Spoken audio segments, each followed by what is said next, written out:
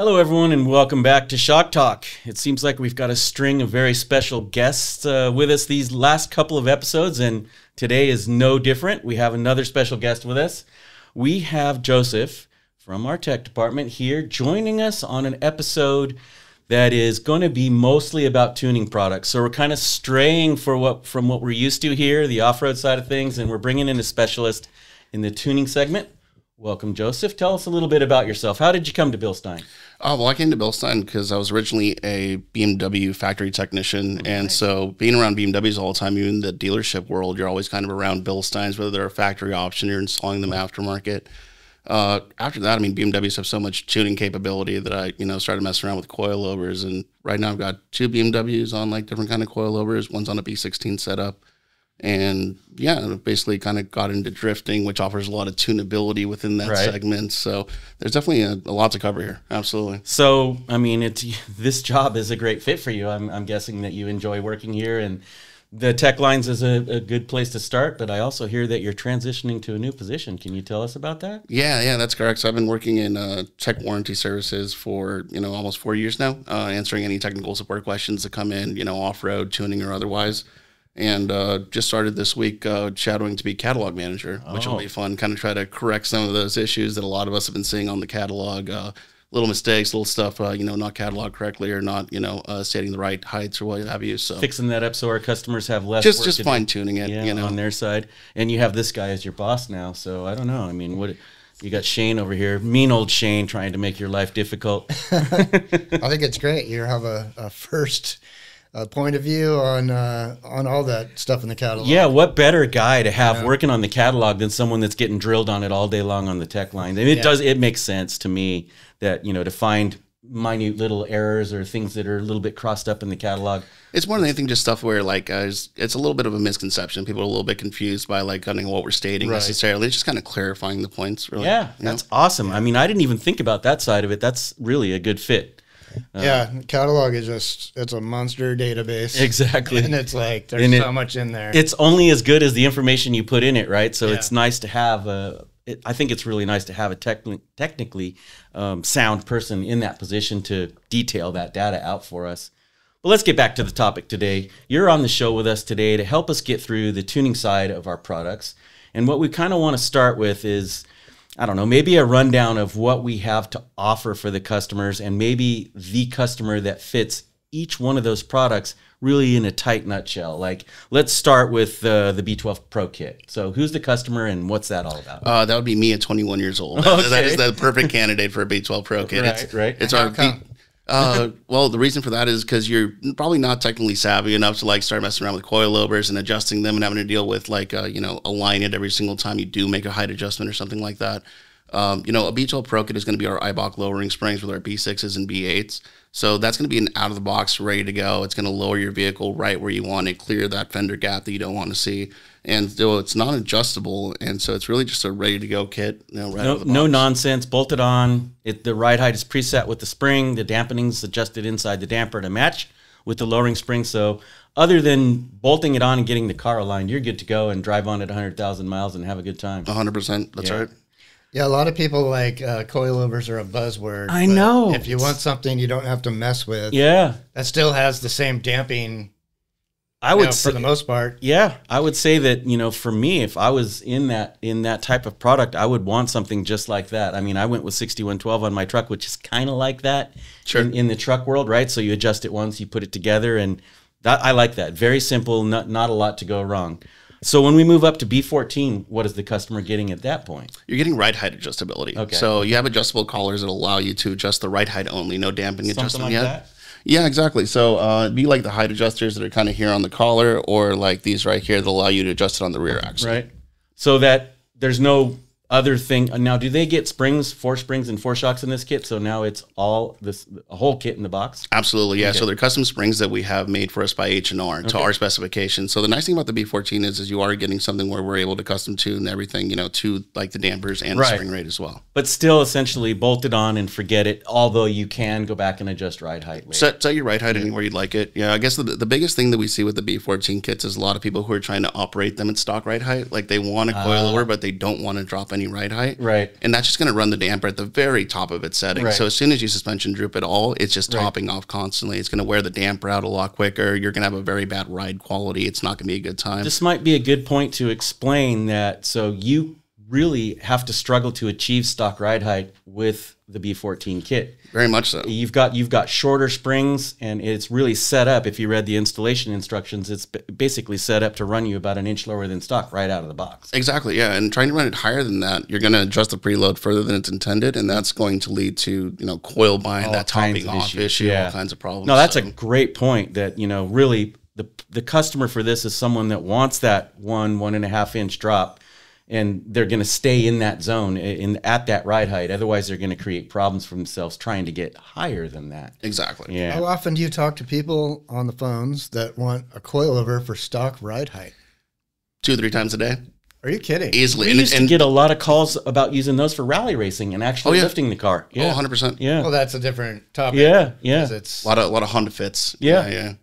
So people want a coilover for stock ride height. Oh, 100%. Yeah, especially guys like, you know, in Porsches and whatnot that are already pretty low slung, you know, and they don't want to sacrifice any ride height, that kind of thing. But they still want to show up to Cars and Coffee and look cool. With a coilover, Is that what it's all about? Yeah. So what happens when you say, why don't you just run a B6?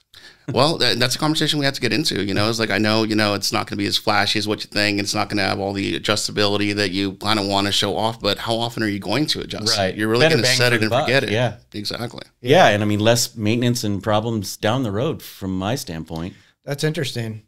But for the most part, the coilovers are for lowering the car to get your center of gravity down. Yeah, and the corner balance features, right, to get the balance. weight bias. And that's what they're tuned for. That's what they're designed for. That's where they operate optimally, right? That's where the spring rate is optimal. That's where the preload's optimal, as well as like the dampening forces and everything. That's like with the shock being in the middle of its travel. That's where it's set ideally. Right. And we do have instructions that dictate exactly where you need to measure to be in the right zone, so that you get the advertised drop. I remember dealing with those instructions when I was on the tech line, and have you had many battles trying to figure out the language from German to English? It doesn't help that the Newton instructions meters to pounds and inches to millimeters and all that. Well, it's more like, you know, we read left to right. Yeah, and our it's instructions backwards on those. Yeah, yeah. The English is on the right hand side, and the German's on the left. Yeah. So right away, people will kind of like look at the instructions and go, "Man, I can't read German." Yeah, and give us immediately call you. Yeah, exactly. I remember those. And days. we'll say, "Hey, look on the right hand side of the page," and they'll go, "Oh, wow, that isn't English." Yeah. You know.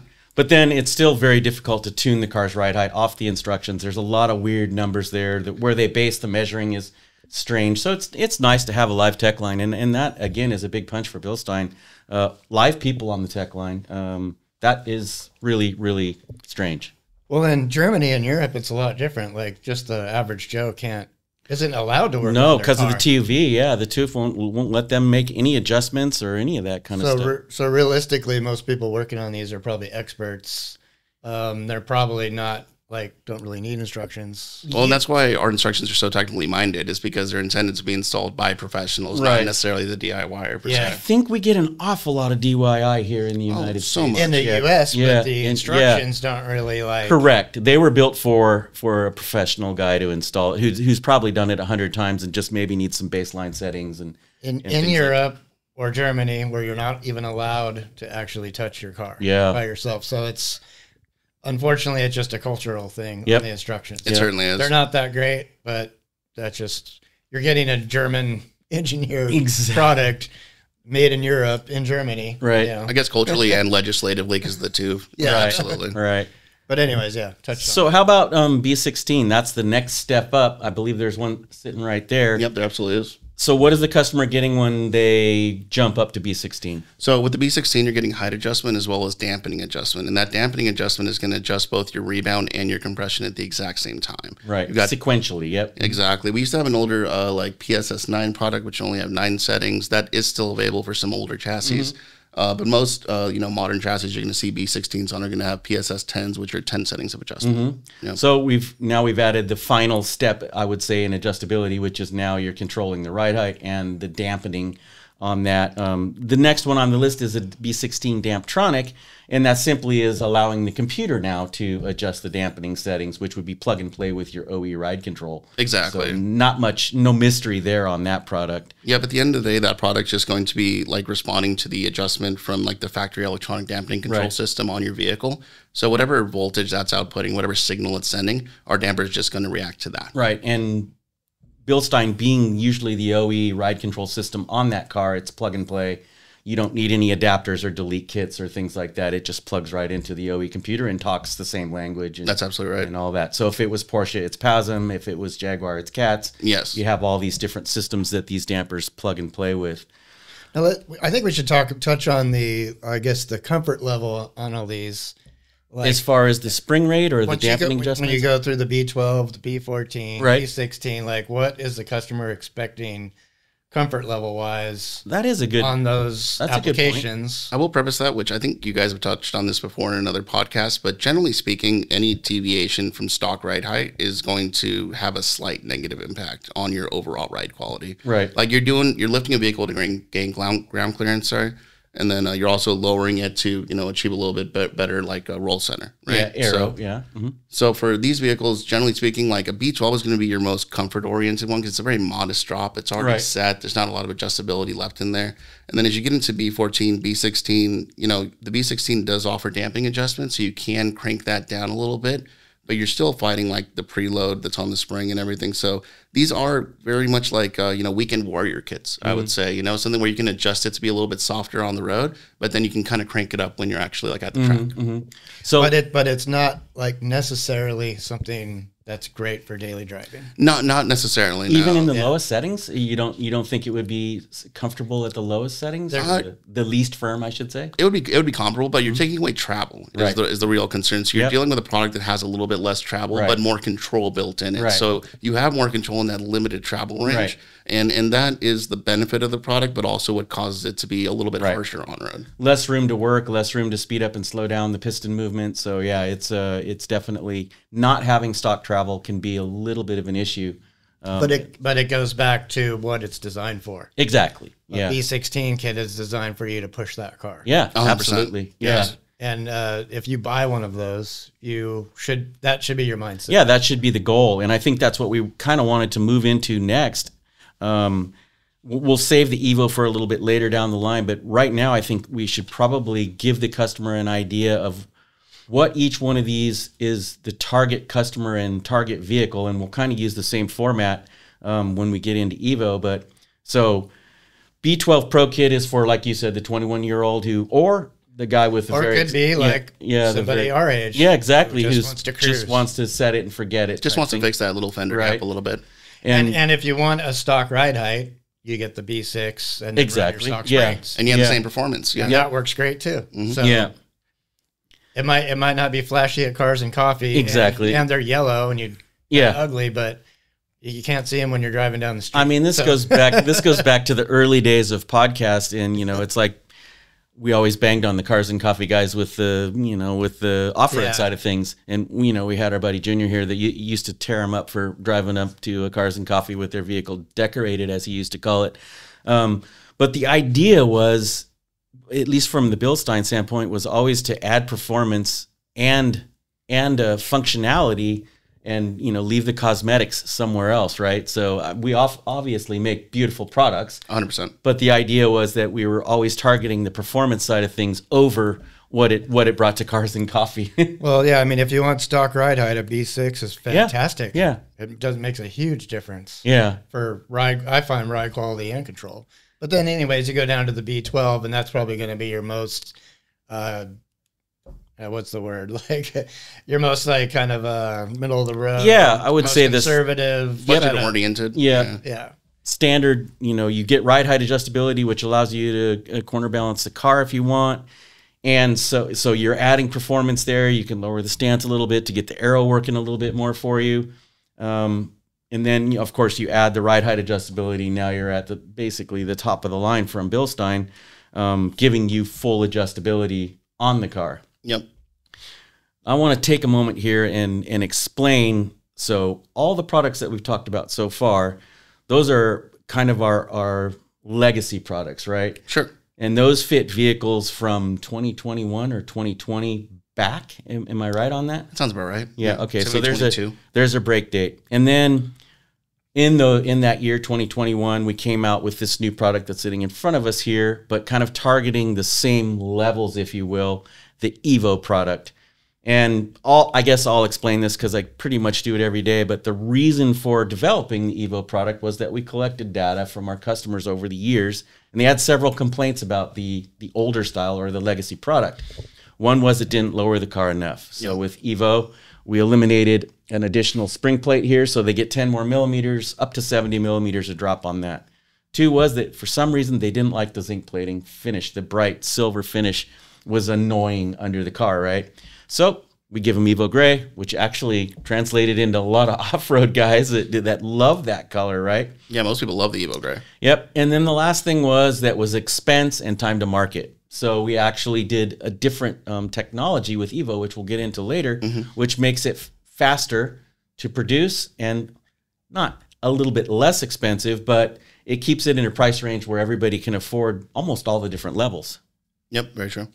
Well, let's go through the Evo line. What do we have going on in Evo? Well, with Evo, you would start with like Evo S and SE. Okay. The S would be comparable to like a B14 kit where you only have like the ride height adjustability. Right. And then the SE is going to be the electronic version of that, kind of similar to a Damptronic kit. Okay. Where it's going to hook up to the factory electronics of the vehicle and adjust appropriately. Did we have that in B14 where there was able to plug and play with? No, that'd be comparable to like a B16 Damptronic sort of. Yeah. Okay. So there's a little bit of non-crossover there with Evo SE. It is a little bit of a new line, so yeah, we've definitely crossed over a little bit in the naming of it. And that's going to be the same target customer as we had with B14, right? That's going to be the guy who wants ride height adjustability, and he's willing to realign the car every time he adjusts it, but he's able to corner balance, just the basic. Exactly. Maybe somebody doing car shows who wants to stand it out really nice for a show or something like that, but then be able to put it back to a place where it's drivable again. Sure. Right. So when he has to take the kids to soccer practice on the weekend, he can get it up off the speed bumps. There you go. Got it. Okay, so then we have Evo T1, which is actually sitting there in front of us. Oh, yeah, that's correct. So the T1 is going to be comparable to like a B16 traditional, where it's got the dampening adjustment up here, and that's going to adjust a rebound and compression at the exact same time. Okay. And also has the height adjustability, obviously, as well. So very similar to B16. Now, I guess now might be a good time to explain maybe the technology difference between, since we have a cutaway there, between B16 and Evo T1. So we can see that the shock there, the B16 is an inverted monotube. Yes, sir. Right, which we could explain that to the folks in a second. And the T1 is a different type of technology. What type of technology is that? These are going to be twin tube shocks. Okay. Yeah, which is not normally a word you want to hear coming out of BILSTEIN or that we usually use. But we've actually found this technology to be the best of both worlds for what we're trying to achieve. That's what I found out when I was doing my research on these products as a trainer.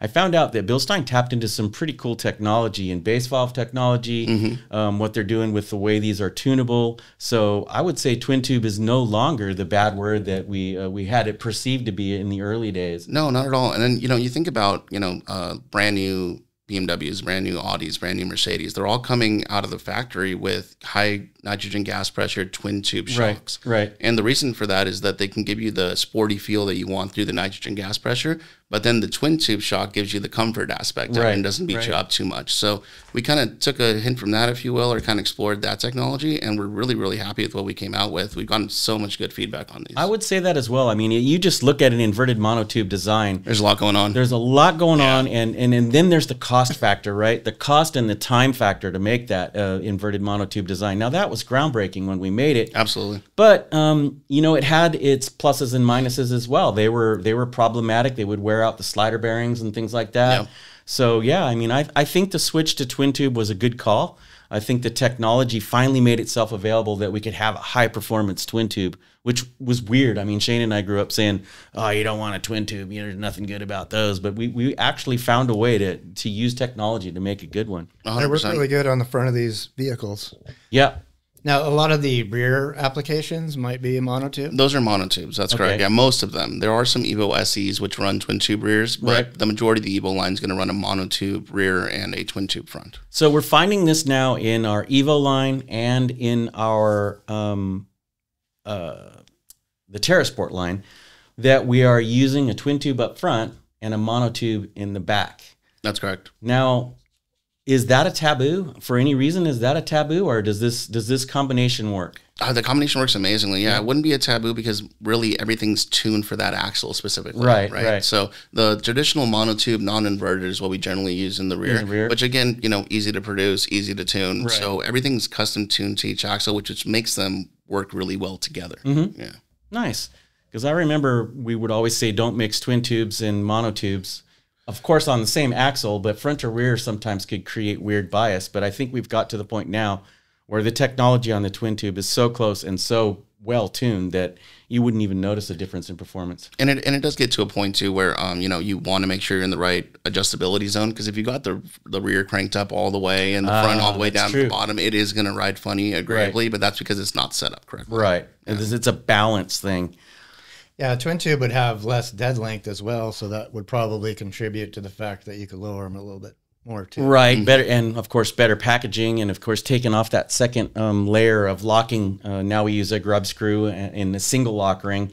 That's what's given us the room on those threads. I don't think we really increased the amount of threads much. We just took off one of the rings, which gives us the additional 10 millimeters. Exactly. Yeah, we've always had like a larger amount of threads than what we actually offer adjustability for within our settings, but that's because there are people who are taking these and putting different springs on them and modifying them for different use. And if that's the case, we want to offer you a little bit more adjustability for what you're trying to do. Yeah, why make a product that sticks you with what came in the box? Exactly. It would be that if you spent this kind of money, you could tune it up a little bit. Yeah, that's a good thing. So now we're on to Evo T2, which I'm guessing is a dual adjustable style? It is, yeah. So we'll have 10 independent settings for compression and rebound, which is really nice. You'll be able to adjust those separately.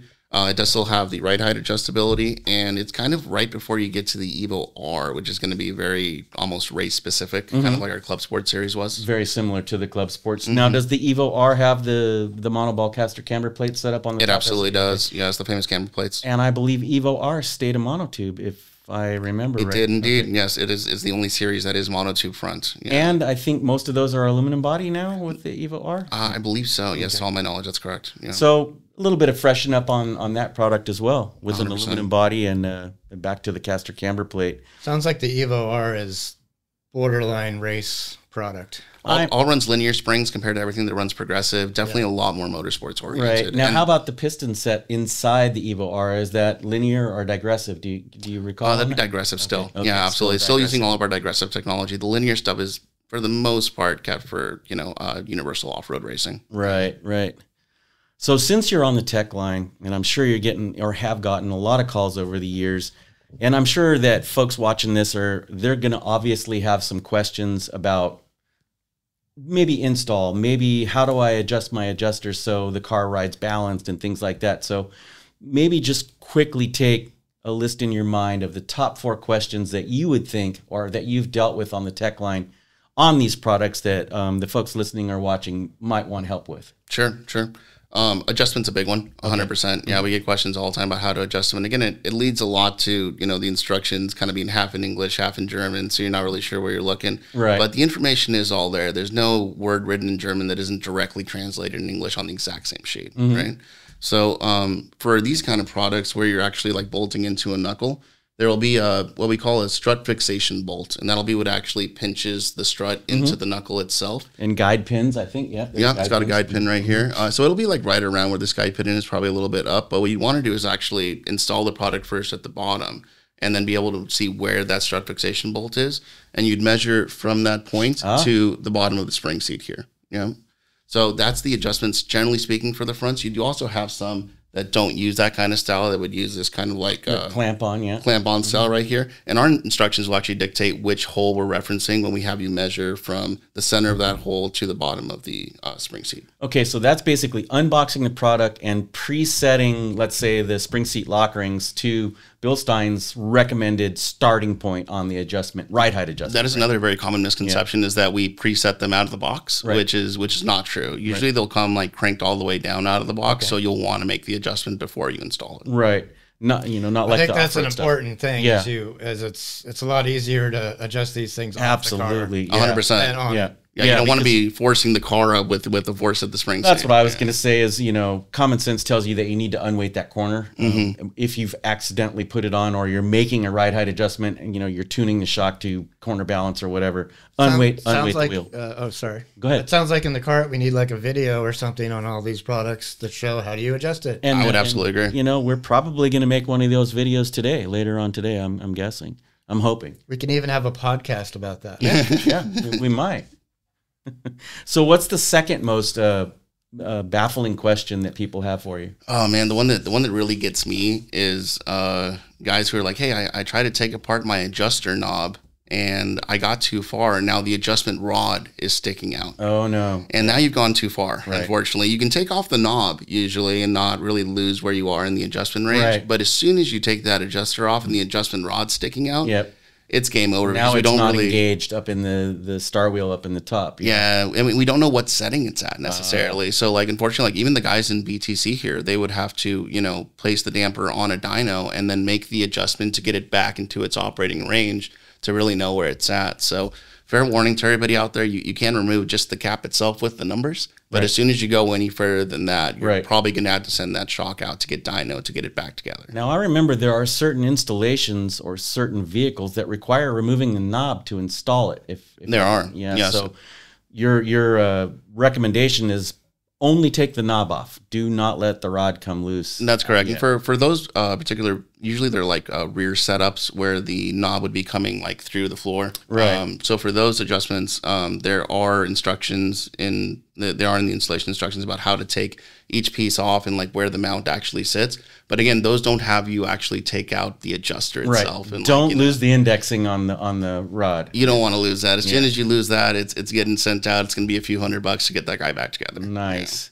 Yeah. All right. So that's number one. Number two, what's number three that you can think of as far as the tips and tricks that you would pass on to people with these products?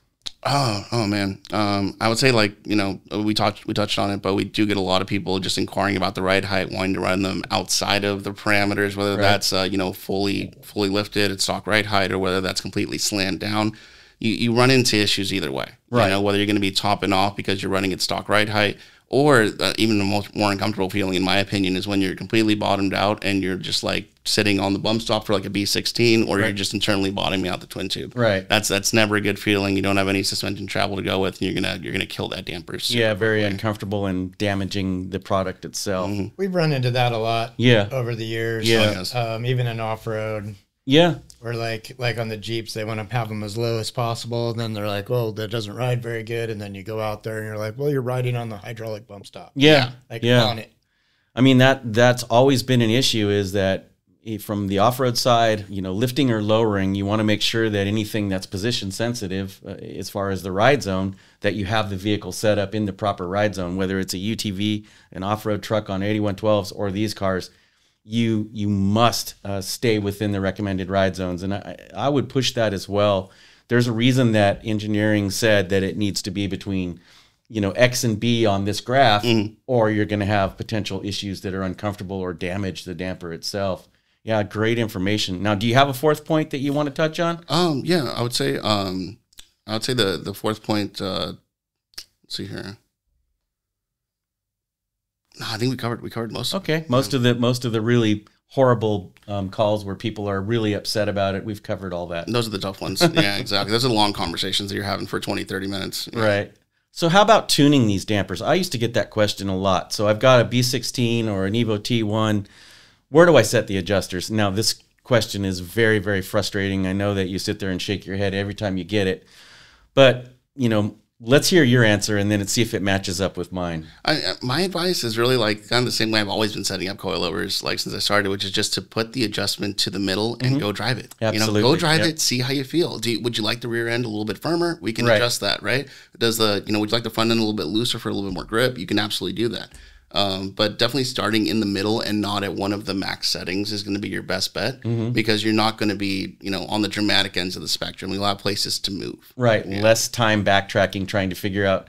Now, from my experience with this product and with our off-road product as well, if the damper has multiple adjusters, make small adjustments and make them One at a time, right? Take your time, and also record the baseline settings or where you started, 100%. so that you're not backing over yourself all the time. When our shock tuners like Dennis here, if they're going to do the front, they don't do the rear at the same time. No, you don't want to make multiple adjustments at once. No. So that will confuse you and the car very, 100%. very much. Yeah. So make small adjustments, record your adjustments, record what that click did or how it made the car feel different.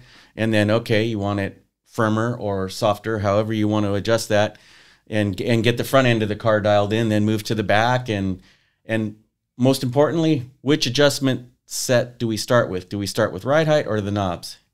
So you definitely want to start with ride height, because before you install it on the vehicle, you want to have a ride height in mind. Right. And again, we give you a range, both in the measurements and then also in like the expected drop height you can expect in millimeters. Right. So again, like the lowest end of that range, the shortest one's going to be the low end of that ride height range, right? Mm-hmm. And the highest one's going to be the tallest. Yeah. Because you have different spring rates depending on your preload. 100%. So you're going to adjust your damping once your preload is set. Your right, or kind of your static ride height spring rate. But what I was really referring to is if folks will often bolt it on the car and not have addressed the ride height thing and start adjusting the dampening settings. And then now, like Shane said, when you change ride height, you're changing spring rate. So all your dampening is messed up. You know, we find this in UTV and 100%. truck world a lot as well. So it works basically the same for the car world. Absolutely. So you want to put the knob in the middle. You want to adjust your ride height, get it aligned. Right. Yep. You want to corner balance it, do all that stuff, and then start messing around with the knobs, with the damping. Yeah, those are like the icing on the cake, you know. So now you have the ride height. That's the very last thing. Yep, yeah. You have everything all dialed in. The car drives straight. The alignment's done, and now you can go. Okay, now let's see. I start with them in the middle, and I want the front end a little firmer. So click, click. You know, try that. I want the rear a little firmer as well. Click once and see, and just kind of work through it very slowly. And click once is the key, because a lot of our competitors will offer 20 settings of adjustment, 30 settings of adjustment. Right. And even in my own, personal and professional experience, some of those higher numbers like that, you don't feel much of one click. That's, like you really don't get a lot out of that. You need to go 3 or 4 clicks before you start feeling something, where with BILSTEIN products, every click is very distinctive. You will get a big valving change just with that one click. So don't go too far. Don't do 3 or 4 at once. You just want to do one, recheck it, drive it. Yeah, because like you said, a lot of the competitors' product, in order to achieve a big sweep of adjustment, they had to put a lot of clicks in the knobs, where ours 10 is definitely enough. I mean, the sweep is huge in 10 clicks. Which I think it's a great marketing point. Like we have 30 levels of adjustment, but again, our sweep is, just as large for the damping adjustment we're making, and you'll feel it in one click instead of having to play around all. Yeah, that's a good point too. Less confusing. Yes, and you've got 40 clicks.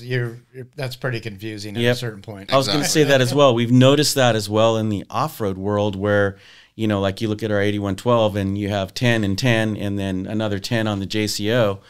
That's an awful lot of adjustment, even with that many clicks. And same with, the UTV product. So, but the sweep is huge.